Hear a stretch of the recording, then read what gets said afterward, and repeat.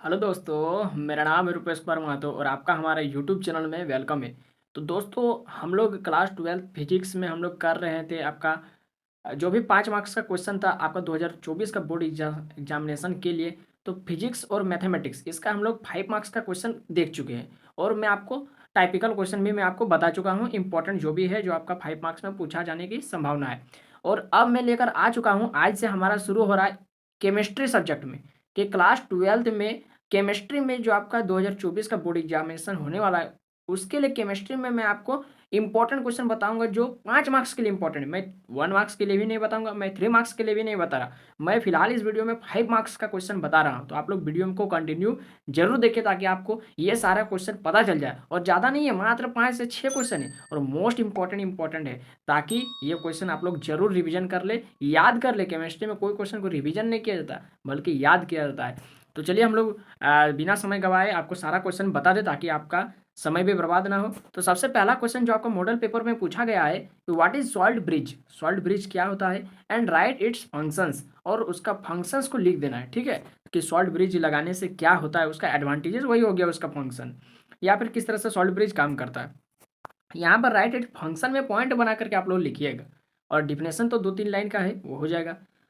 If, और उसी में एक और क्वेश्चन जुड़ा रहेगा कि if a current of 1.5 ampere flow through a metallic wire for 3 hours then how many electrons would flow through the wire.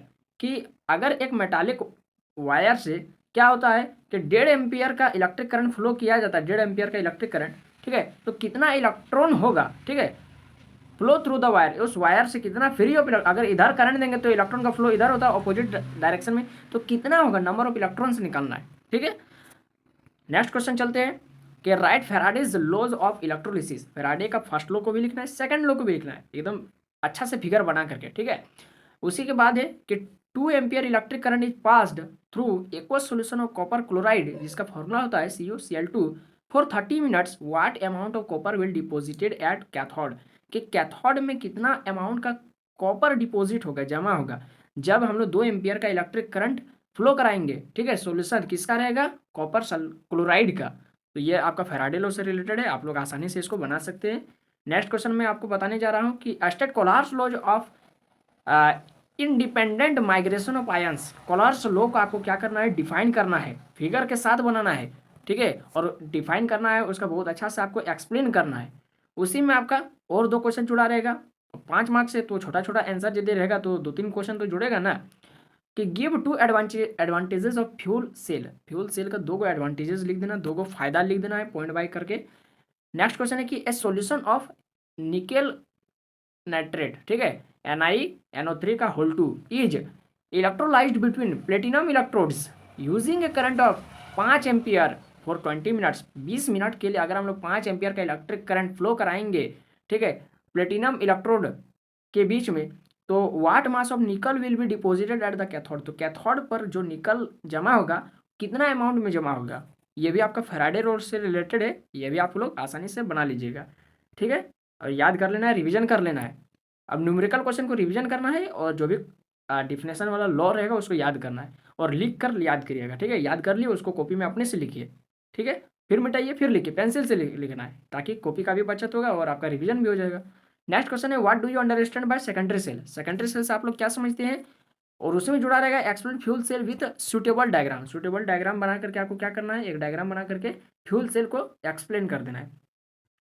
और यहाँ पर मैं आपको 2 ये बताने जा रहा हूँ न्यूमेरिकल क्वेश्चन कि ये जो मोलर कंडक्टिविटी है, ठीक है, molar conductivity for NaCl HCl और CH3COONA का दे दिया है, तीनों का मोलर कंडक्टिविटी दे दिया है, कितना कितना 126.4, 425.9 और 91.0 सेंटीमीटर स्क्वायर पर मोल, ये मोलर कंडक्टिविटी का यूनिट है। ठीक है, रिस्पेक्टिवली दिया हुआ है। Calculate molar conductivity of CH3COOH, carboxylic acid का। ठीक है, ये जो CH3COOH ये है आपका कितना, 1 कार्बन 2 कार्बन, यानी इथेनोइक एसिड है। ठीक, एसिटिक एसिड, तो एसिटिक एसिड का आपको क्या करना है, मोलर कंडक्टिविटी निकालना है। ये कहाँ से निकलेगा, ये आपका निकलेगा आपका जो यहाँ पर सबसे ऊपर में था फैराडे लॉ के बाद कोलार्स लॉ से ये वाला निकलता है। ठीक है, इसको आप लोग रिविजन कर लीजिएगा और इसका बनाने का प्रोसेस खाली जान लीजिए, बस इस तरह का क्वेश्चन एक रहेगा। नेक्स्ट क्वेश्चन है आपका कि द मोलर कंडक्टिविटी ऑफ 0.025 मोल पर लीटर मेथानोइक एसिड इज एक 46.1 साइमन सेंटीमीटर स्क्वायर पर मोल यदि है तो कैलकुलेट करना है डिग्री ऑफ डिसोसिएशन पहला, दूसरा डिसोसिएशन कांस्टेंट। दो को क्वेश्चन इसमें जुटा हुआ है, ठीक है। दो को चीज निकालना है, एक डिग्री ऑफ डिसोसिएशन, एक डिसोसिएशन कांस्टेंट। दोनों का फॉर्मूला होता है, ठीक है। फॉर्मूला में वैल्यू को पुट कीजिएगा, आंसर आ जाएगा। उसके लिए आपको जो भी जरूरत पड़ेगा वो दे दिया है कि जैसे यहाँ पर लैम्डा नॉट जो स्टैंडर्ड है H प्लस का ये 349.6 साइमन सेंटीमीटर स्क्वायर पर मोल दे दिया है। उसी तरह से आपका HCl माइनस का भी दे दिया है 54.6 साइमन सेंटीमीटर स्क्वायर पर मोल। तो इतना सारा आपको डाटा दे दिया है, केवल आपको फॉर्मूला में पुट करना है, आपका आंसर आ जाएगा। तो इस तरह से आपका केमिस्ट्री में बहुत इजी क्वेश्चन रहेगा, आपको टेंशन नहीं लेना है। इस तरह से आप हमारे चैनल को सब्सक्राइब कर लीजिए ताकि मैं आपको केमिस्ट्री का ये पहला चैप्टर मतलब सॉलिड स्टेट वो नहीं बता रहा हूँ, 5 मार्क्स के अकॉर्डिंग मैं आपको पहला चैप्टर इलेक्ट्रोकेमिस्ट्री बता रहा हूँ। अब बहुत बच्चों को कमेंट आ रहा था कि भैया आप जो बता रहे हैं तो मॉडल, देखिए बहुत बच्चों का अभी तक कमेंट खाली ब्लूप्रिंट और जो आपका ये है ब्लूप्रिंट और जो 5 मार्क्स का क्वेश्चन, ये सबसे बहुत ज़्यादा उन लोग का डाउट है।